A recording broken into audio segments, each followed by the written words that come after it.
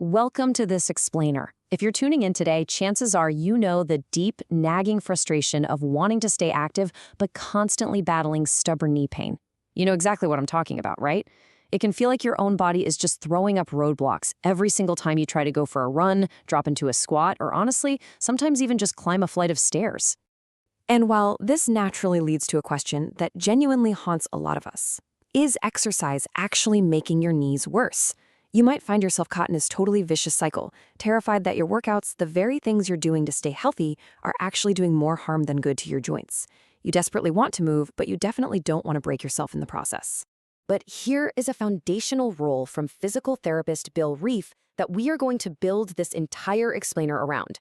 He says, do not place more pressure on the knee than it can comfortably handle. Now, I know that sounds almost too simple, right? But it actually sets up an incredibly empowering premise. It means we can actively control the pressure we put on our bodies. We just need to understand the mechanics of how our bodies actually move. Okay, let's dive into this. We have a really fantastic roadmap ahead of us today. 1, the knee pain paradox. 2, the joint-by-joint approach. 3, hips and ankles. 4, safe yoga. 5, best cardio. And finally, 6, keep moving to heal. Starting us off with section 1, the knee pain paradox. Victim versus culprit. So we're going to kick things off with a major paradigm shift regarding where your knee pain actually comes from. Because it turns out there is a fascinating secret in the world of physical therapy. The knee is usually just the victim, not the actual culprit. Think of your knee kind of like the middle child of the leg. It constantly takes all the blame, and it bears all the punishment for the mistakes of its lazy neighbors, meaning the hip and the ankle. If you only ever treat the knee, you're literally just treating the symptom. You're completely missing the root cause. Moving right along to section 2, the joint-by-joint approach, biomechanics. To figure out exactly why the knee gets victimized like this, we have to look at a genuinely groundbreaking concept developed by physical therapist Gray Cook and strength coach Mike Boyle. It's called the joint-by-joint approach. This is essentially a framework showing the body as a stacked series of joints. And from the ground up, these joints perfectly alternate between needing primary mobility and needing primary stability. Mobility is simply your ability to move freely, while stability is your ability to control that motion. So here is the absolutely crucial point. When a mobile joint becomes stiff and immobile, the stable joint above or below it is suddenly forced to compensate, and that is exactly how injuries and pain pop up. And this brilliantly illustrates that exact alternating pattern we just talked about. Look at the mobile joints in your lower body, your ankles and your hips. They are physically built for free movement in multiple directions. Now think about the stable joints sandwiched right between them, your knees and your lumbar spine. They are built to resist twisting and to provide control.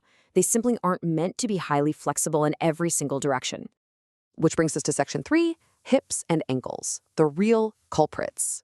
Stiff neighbors ruin knees, period. Remember, the knee is essentially just a hinge. It opens and it closes. That's pretty much the whole shebang. It has a very, very limited ability to rotate or bend sideways.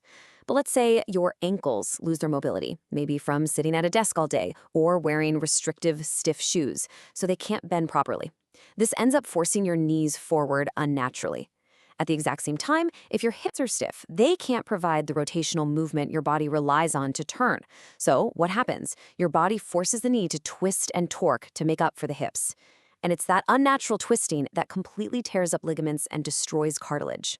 So how do you know if your ankles are actually the secret culprits behind your knee pain?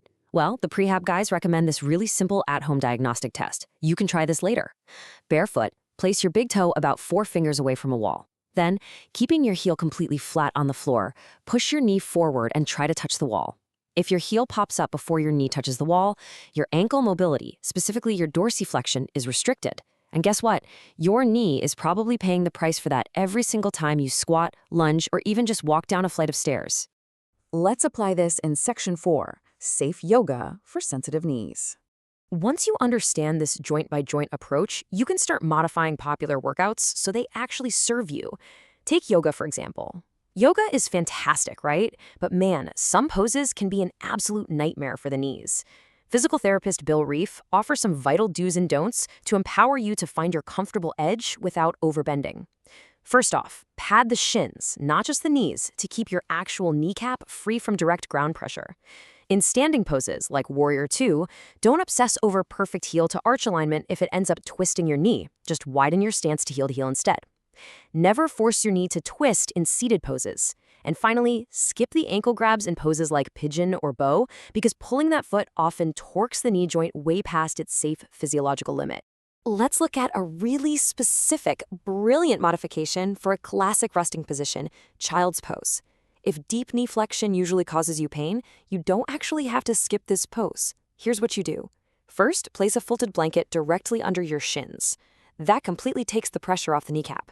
Second, place a bolster crosswise right over your calves. And third, rest your hips back onto that bolster. You have just significantly decreased the painful bend in your knee while still getting to enjoy the beautiful, relaxing stretch of the pose. Next up, Section 5, Best Cardio for Joint Pain Relief. Now, to transition over to cardio, I want to share a pretty massive number with you, 15,684. That is the exact number of participants analyzed in a huge study published in the British Medical Journal and recently reviewed by Harvard Health. They were looking specifically at the absolute best exercises for people dealing with knee osteoarthritis. And the data from that massive study broke down exactly which exercises work best. Aerobic exercise actually came out on top for relieving pain and improving general function, specifically lower impact aerobics. Walking is great because it improves your gait and daily function. Cycling is highly recommended because it's incredibly gentle on the knee's natural hinge motion. You completely avoid the harsh impact of running. And then swimming is practically zero impact. It totally unloads your body weight while you work out. These aren't just guesses. They are scientifically proven to relieve osteoarthritis pain. As the Mayo Clinic famously reminds us, motion is lotion. When you avoid exercising, the muscles supporting your joints become weak, and weak muscles put more stress directly onto the bare joint itself, which obviously makes the pain so much worse. Building up the muscles around your knees, hips, and ankles is absolutely crucial for long-term pain relief. You are essentially building a natural shock absorption system for your own body. And that leads us to our final stop, Section 6, Keep Moving to Heal, the mental shift. To make the mental shift required to stay active for life, I really want you to remember this quote from the Mayo Clinic. Consistency in your exercise is more important than intensity. You literally do not need to run marathons or push through agonizing pain to heal your body. In fact, pushing too hard, too fast can actually increase joint flare-ups. Gentle, regular movement, whether that's a heavily modified yoga routine, a steady, calm bike ride, or just working on your hip and ankle mobility, that is the true secret to managing arthritis and joint pain. So, I want to leave you with this challenge. How will you adapt your next workout to protect your knees and keep moving? Take a good hard look at your routine. Are your ankles tight? Are your hips totally stiff? Are you secretly forcing your knees to do work they were literally never designed to do? Start applying the joint-by-joint approach today. Respect your body's mechanical limits and find the modifications that actually work for you. Because at the end of the day, you deserve to move without pain. Thanks so much for joining me for this explainer, and I'll see you next time.